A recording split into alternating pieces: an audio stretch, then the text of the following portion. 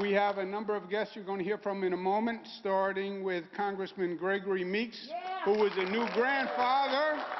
Let's give the new grandfather a bigger round of applause. Look at that. You'll then hear from Jennifer Jones Austin, who's the CEO, Executive Director of the Federation of Protestant Welfare Agencies. Jennifer Jones Austin has been such a force for social justice in this city and in this state in every way, fighting for equality. Thank you so much, Jennifer Jones Austin. We have Assemblymember Vivian Cook, who has been a great champion for Queens. We have Dr. Jomaris Pena, who is from Somos Community Care.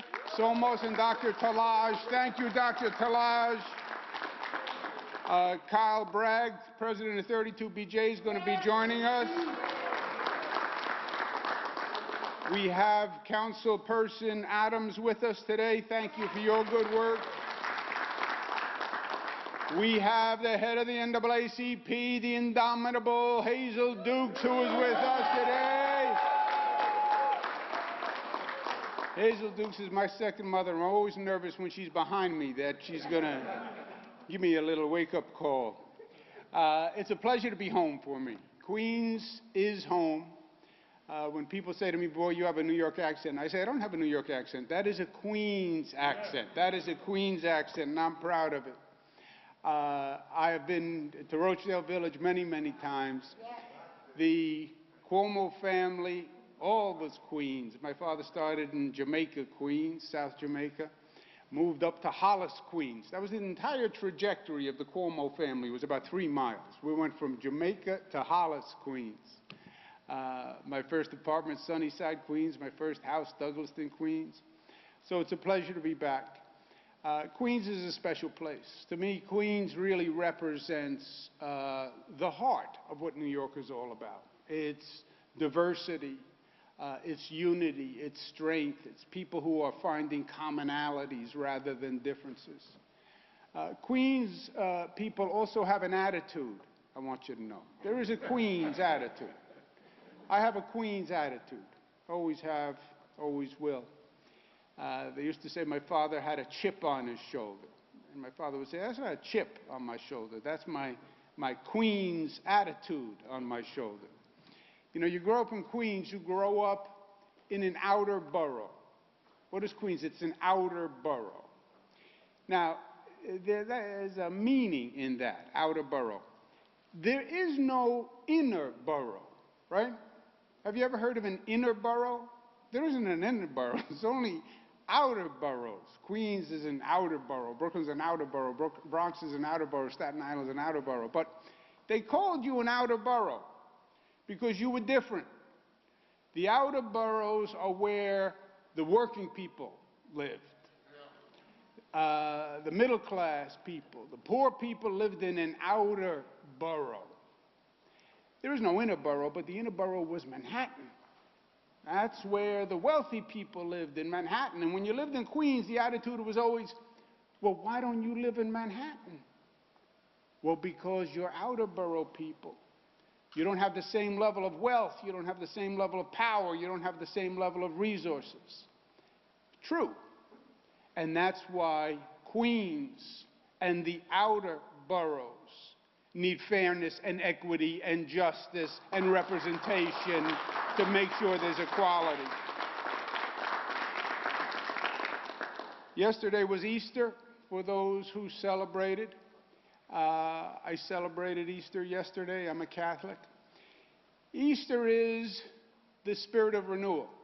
It's the beginning of spring.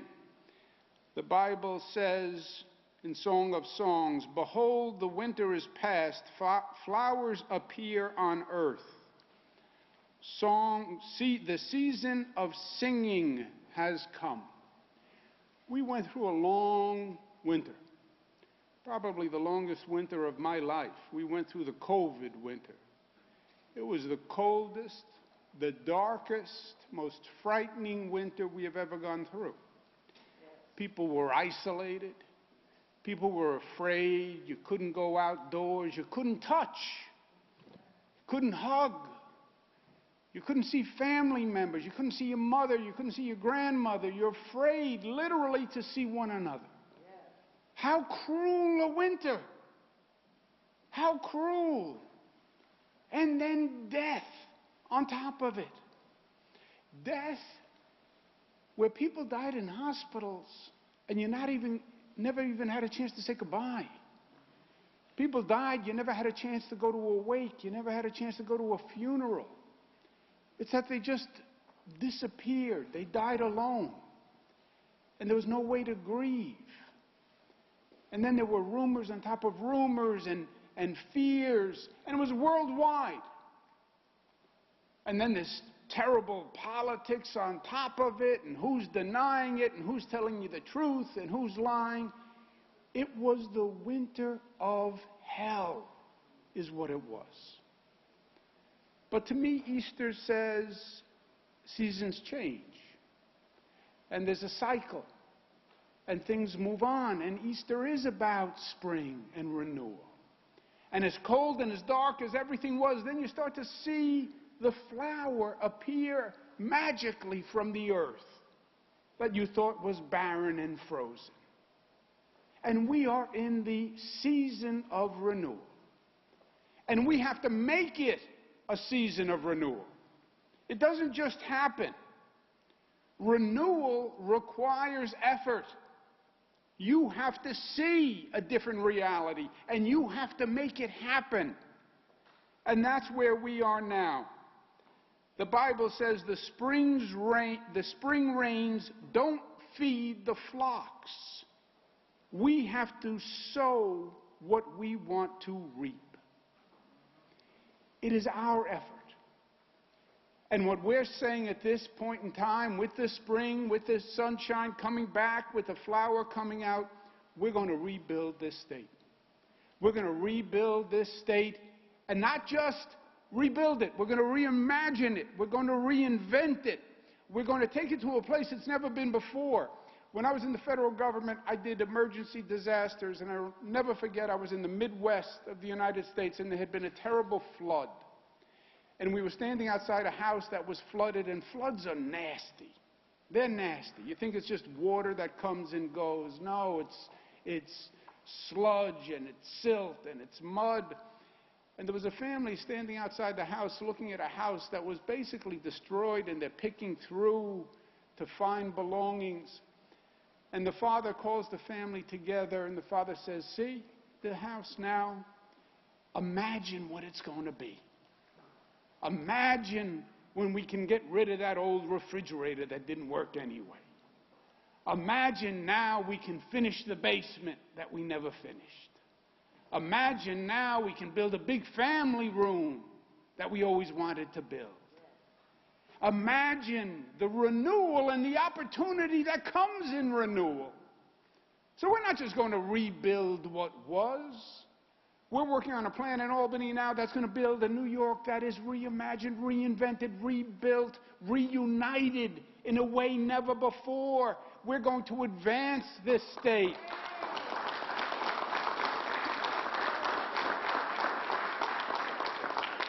Let's take the moment and recognize the injustices that existed and correct them. And COVID showed us a lot of these injustices right up close and personal. The inequality in the education system. Now, we always knew we had two education systems, right? One for the rich and one for the poor. Let's be honest. We're in Queens. We can say honesty, candidly. But that remote learning exploded the injustice. Remote learning. Yeah, remote learning works great.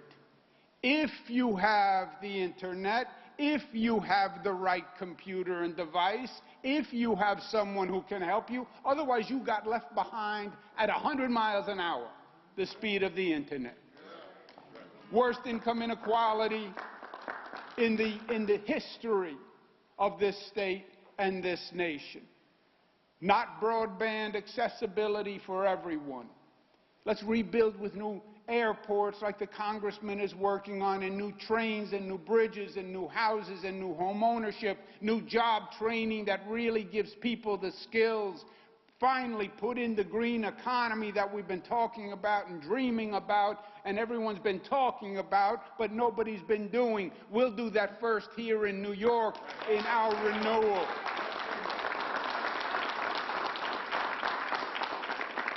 But the first step towards renewal is what? Is defeating COVID. Do not get cocky with COVID. Do not get cocky with COVID. Well, it seems like it's getting better. It is. Do not get cocky with COVID. There are variants.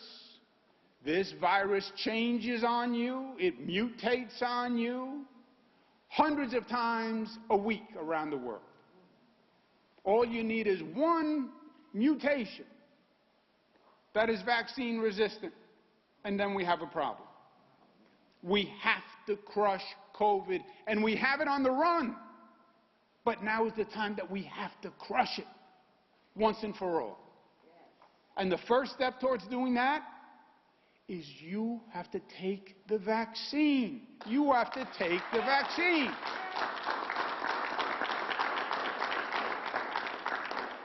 Now, there are 3 reasons why people don't want to take the vaccine. My terminology, not medical terminology. The first is the superhero theory. I'm not afraid of COVID. Let COVID try to attack me. I'm a superhero. Go ahead. I can't be beaten by COVID. Okay, maybe you're Superman, maybe you're Superwoman. You can get it and give it to someone else who is not a superhero. So don't just think about yourself. Think about other people. Second theory is I'm a scientist.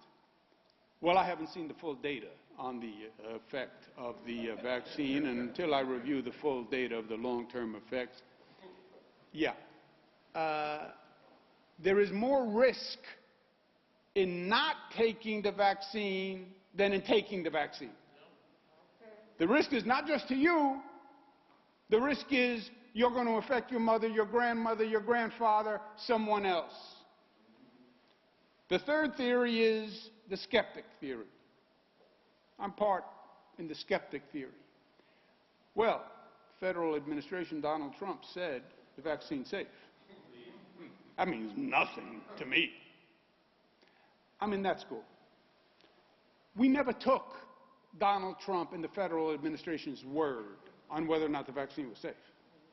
We put together our own New York panel of the best doctors, the best scientists, and we checked that vaccine.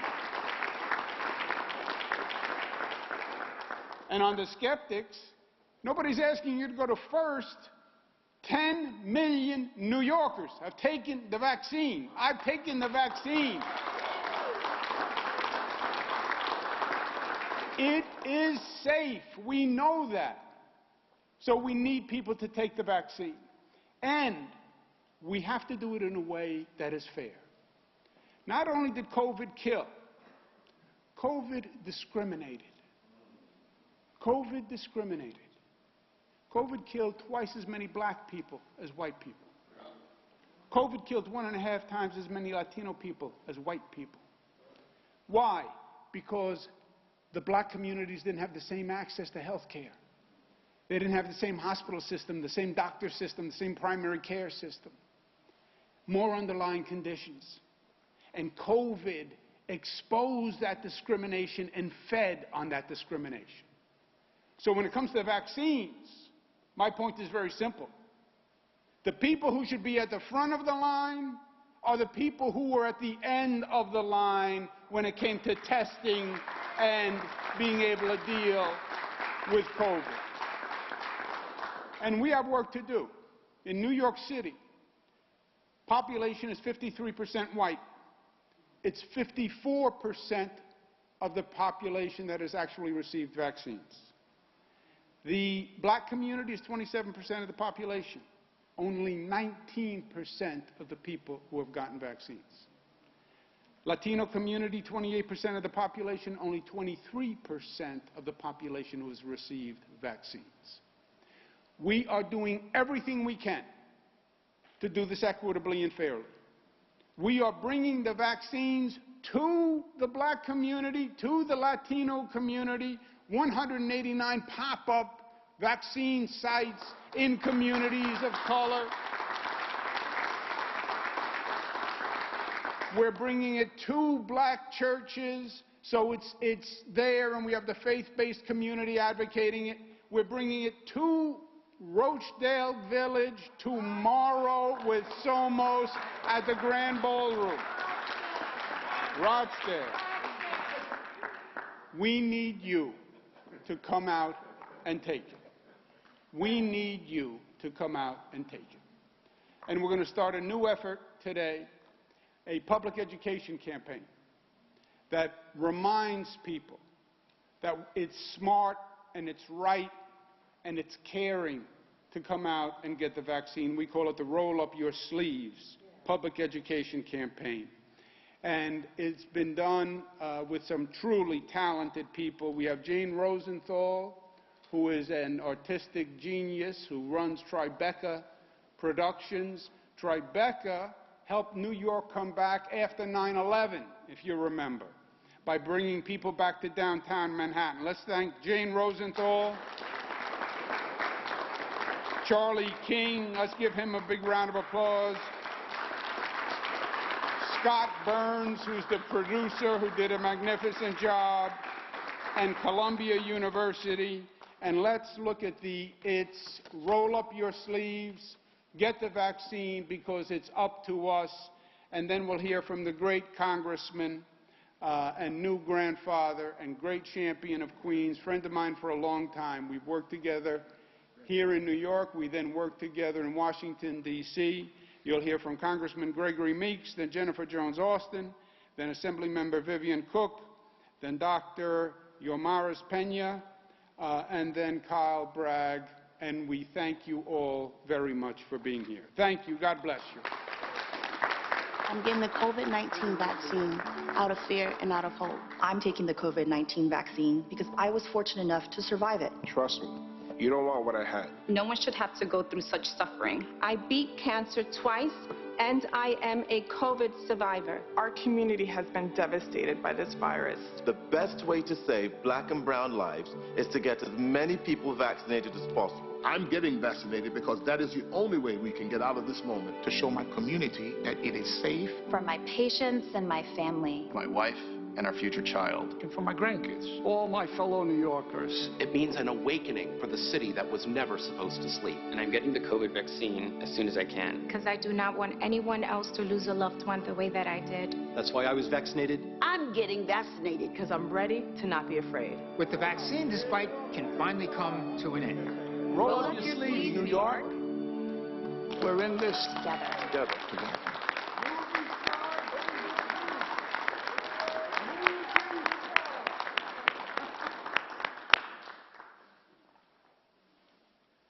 Let me first thank the governor of the state of New York.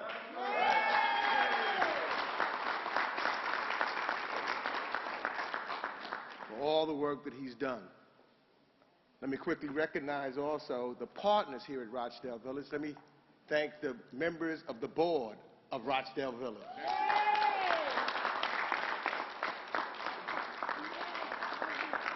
All of the clergy that is here and community leaders, and my partners in government from the State Assembly, the Honorable Vivian Cook, and from the City Council, the Honorable Adrian Adams. 32 BJ, you know, we always say 32. And everyone that's here. It's been a year.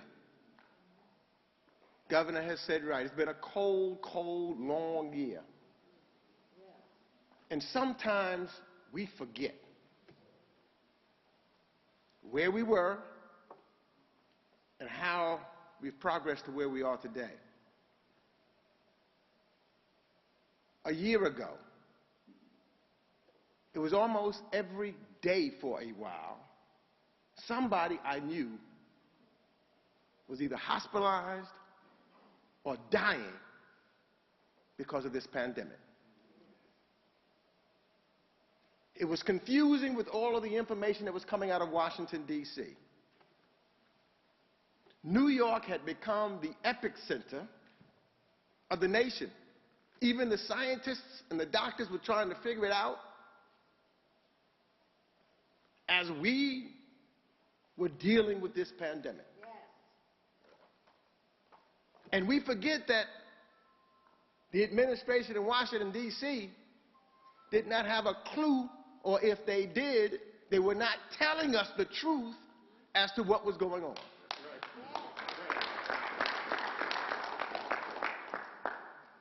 And so, Governor, I want to thank you because you were the one person that on a consistent basis stood up and said, this is what's going on, and I'm not making it up, because you got the doctors and the scientists to tell us as they were learning it every day. Didn't happen out of a vacuum. He wasn't guessing. He was going to doctors and scientists, and as they were changing what they were saying, as they started realizing, he would come and give us that information on the spot.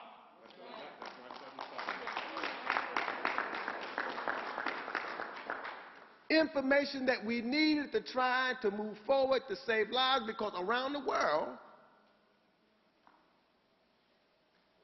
we did not know. We had never seen anything like this in 100 years. So we needed someone to tell us the truth. As it began and we started figuring out about what's happening with this pandemic, we needed someone who would not just make it up out of thin air. And so every day, he was going to the doctors, he was going to the scientists, he was talking to the experts, he was looking at the facts around the world and coming back to give us what we were not getting from the presidential administration. We owe him a deep deed of thanks and gratitude for doing just that.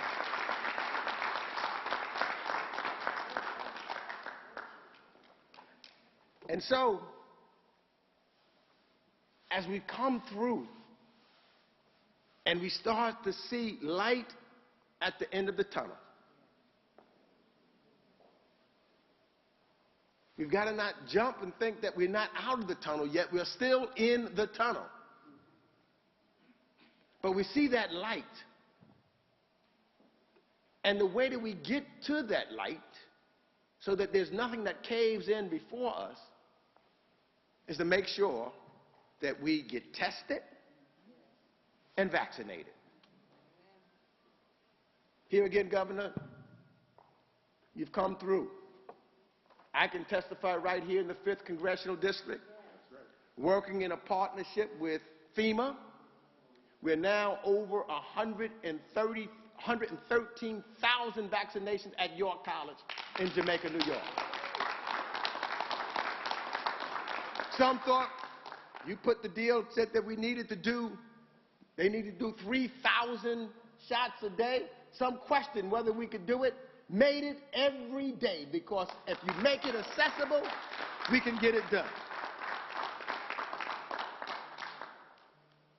And so, yes, there's been a trust factor for the African American community. When people came along, when you look at the history of the country and what has taken place there. But the way that you destroy the doubt is with facts and accessibility. So if you, as we see this taking place now, at one point when you looked and you went to the African American community, 31% had said that they would get vaccinated. Only 31%. But if you look at it now, because of the test, because of bringing it and making it more accessible, now it's up to 63%. And by bringing it here in Rochdale Village to people. Next on News Channel 13 Live at noon, Governor Andrew Cuomo is in Queens this morning making an announcement.